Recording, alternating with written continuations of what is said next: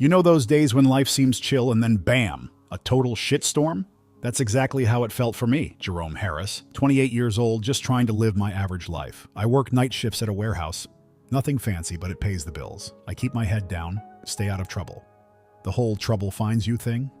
Turns out it's real. And that night, trouble didn't just find me. It tackled me, slapped some handcuffs on, and threw me into the back of a cop car. Let me set the scene for you. It was around 11:30 p.m., and I was walking home, dead tired. The kind of tired where you don't care if your socks are mismatched or if your dinner is just a cold slice of pizza. The streets were quiet, except for the occasional sound of a car zooming by. Typical night in my neighborhood. Streetlights flickering like they couldn't decide whether to work or give up entirely. A stray dog barking in the distance, and me, a guy just minding his damn business. Then, out of nowhere, flashing red and blue lights lit up the street like some budget disco party. "What the fuck?" I muttered under my breath. A cop car screeched to a halt next to me.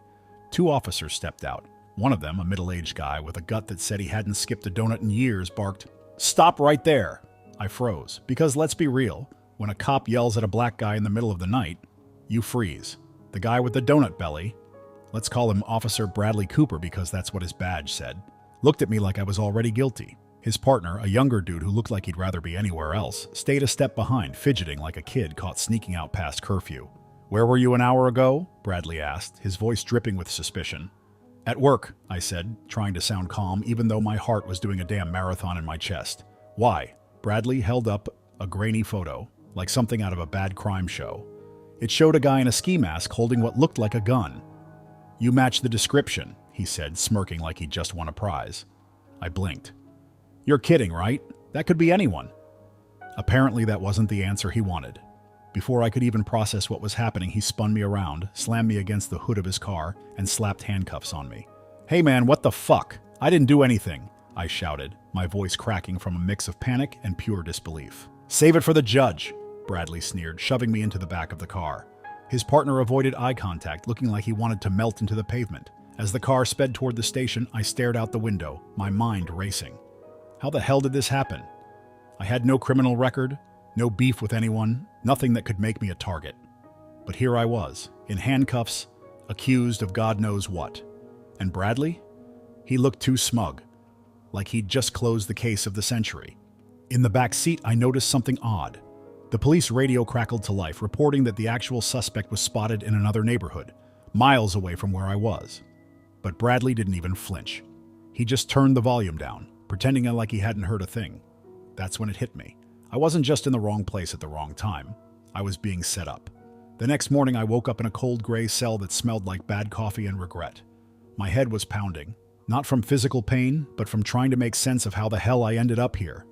I mean, come on, I'm just a guy trying to make an honest living, and now I'm wearing orange and sharing a cell with a dude who snores loud enough to shake the bars. "Hey, Harris," a guard barked, banging his baton on the cell door. "Time to meet the judge."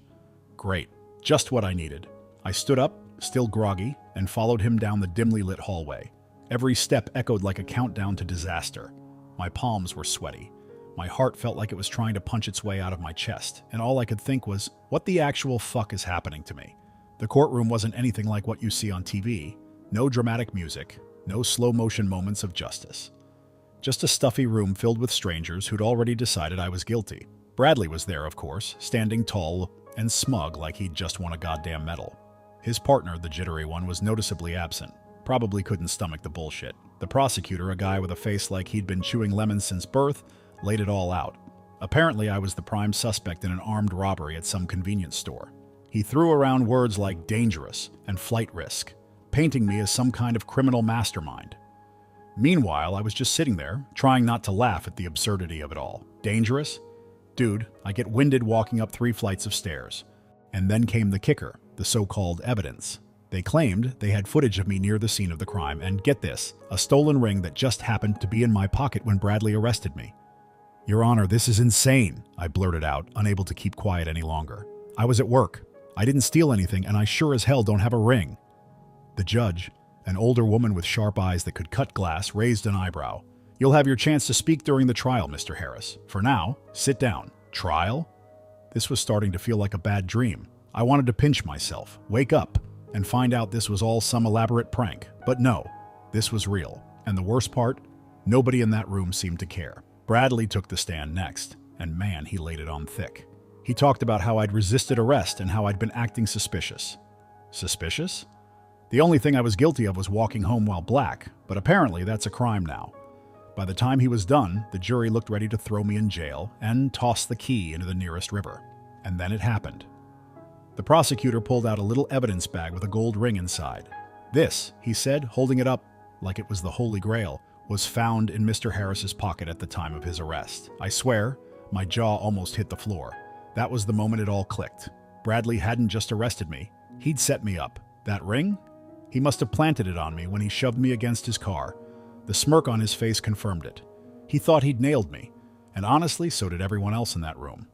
But I wasn't about to roll over and take it. Not this time. Your Honor, I said, standing up despite my lawyer's frantic whispers to sit down. This is bullshit. Mr. Harris, the judge snapped, her gavel hitting the desk. One more outburst, and you'll be held in contempt. I sat down, fuming. My lawyer leaned over and whispered, You need to let me handle this. Yeah, well, maybe you should start handling it, because I'm not going to jail for something I didn't do, I hissed back. The judge ruled that I'd be held without bail until the trial, citing me as a flight risk. Flight risk? Lady, I couldn't afford a bus ticket out of town, let alone an escape plan. But none of that mattered. As the bailiff led me back to my cell, I could still see Bradley's smug face, etched into my brain like a bad tattoo. And right then, I made a promise to myself. I was going to prove that son of a bitch wrong, no matter what it took. Back in my cell, I couldn't sit still. My head was buzzing like a broken radio, replaying every moment from that damn arrest. The stolen ring, the smug look on Bradley's face, the way the judge's gavel slammed down like a hammer on my freedom. It all felt like some twisted movie where I was the unlucky extra caught in the crossfire. My mom came to visit that afternoon. Strong, proud woman with a stare that could humble anyone, including me. She sat across the scratched-up table in the visitation room, her arms crossed like she was ready to fight the entire justice system herself. Jerome, what the hell is going on? She asked, her voice steady, but with that edge that meant she wasn't buying any nonsense. I'm being framed, Ma, I said, trying to keep my voice low even though my frustration was boiling over. That cop, Bradley or whatever the fuck his name is, he planted evidence on me. I didn't do anything. She narrowed her eyes. We'll see about that. And when my mom says we'll see, you best believe she means business. Meanwhile, my best friend Alex was out there doing what he does best, digging up dirt like a dog after a bone.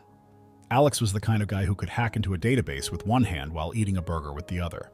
He called me later that evening, his voice buzzing with excitement like he'd just cracked the Da Vinci Code. Dude, you're not going to believe this, Alex said, practically yelling into the phone. I found footage from a security camera near that store. The guy who did the robbery, shorter than you, wearing some busted-ass sneakers. No way that's you. Wait, what? I leaned closer to the grimy phone receiver. You're serious? Dead serious. And get this, Bradley's been in trouble before. I found a couple of articles about complaints filed against him for planting evidence, but nothing ever stuck. Dude's Teflon, but this time, we're taking him down. Hearing that gave me a spark of hope, like a tiny flicker in the middle of a blackout. But it also pissed me off even more. How many other people had this guy railroaded before me? How many lives had he ruined just because he could? The next day, Alex showed up at the station with my mom and my sister Maria. Let me tell you, seeing my family standing tall on the other side of that glass made me feel like I wasn't fighting this war alone anymore. Alex laid out the plan, his words sharp and precise like he was auditioning for Law and Order. I'm getting this footage to your lawyer, he said, and I've already sent it to a couple of reporters I know. Social media's about to blow up with your story, Jerome. Yeah, because that's what I want. Everyone and their grandma knowing I'm locked up, I said, rolling my eyes. But deep down, I was grateful. This wasn't just about me anymore. This was about making sure Bradley didn't pull this shit on anyone else. Maria, who's usually the quiet one in the family, spoke up. Jerome, we believe in you. We're going to fix this. Her voice was calm, but full of steel. She wasn't just saying it to make me feel better. She meant every word. Later that night, the guards moved me to another cell, one closer to the guard station. At first, I thought it was random, but then I noticed Bradley himself hanging around the desk, his eyes flicking toward me like a snake sizing up its prey. He didn't say anything, but the smirk on his face spoke volumes. Enjoying your stay, Harris? He finally sneered, leaning casually against the bars. You should get comfortable. It's going to be a long one. Yeah, we'll see about that, I shot back, my voice dripping with sarcasm. Hope you got a good lawyer, though. You're going to need one. Bradley's smirk faltered for just a second, but it was enough. He walked off, leaving me alone with my thoughts. And in that moment, I knew we had him. The guy wasn't untouchable. He was just a bully hiding behind a badge. The next day, Alex sent my lawyer the footage, along with the dirt he'd dug up on Bradley. Turns out the guy had a pattern, targeting people who couldn't fight back, planting evidence, and then watching as their lives crumbled. But this time he'd picked the wrong guy. And the best part? That shaky video from the convenience store wasn't just proof of my innocence. It was also proof that Bradley was full of shit. The suspect on the tape wasn't just shorter than me. He also had a tattoo on his neck that I definitely didn't have. By the end of the day, my lawyer had filed a motion to dismiss the case, citing new evidence. But I wasn't celebrating yet. Not until I saw Bradley squirm in court. That moment? That was going to be worth every second of this nightmare. The courtroom was packed, buzzing like a hornet's nest. My lawyer stood tall, armed with Alex's footage, and enough dirt on Bradley to bury his career 6 feet under. Meanwhile, Bradley sat there, calm as a damn cucumber, like he thought he was untouchable. Not for long. The footage was the game changer. It showed the real robber, shorter than me, with a neck tattoo that screamed "wrong guy." When my lawyer presented it, the courtroom went dead silent. Even the judge raised an eyebrow. But the real kicker came when Bradley's partner was called to the stand. The guy finally cracked under pressure. "I saw him plant the ring," he admitted, his voice shaking. "I didn't say anything because, well, he's my superior." Boom. That was the nail in Bradley's coffin. The judge didn't even need time to deliberate. She ordered my immediate release and turned to Bradley with a glare sharp enough to cut glass. "You've disgraced this court and your badge," she said, her voice cold. "You'll be facing charges of your own." As I walked out of that courtroom, free at last, I glanced back at Bradley. His face was pale, his arrogance gone. It wasn't just a win for me. It was a win against every corrupt asshole who thought they could ruin lives without consequence. Justice? Oh yeah, it tasted sweet.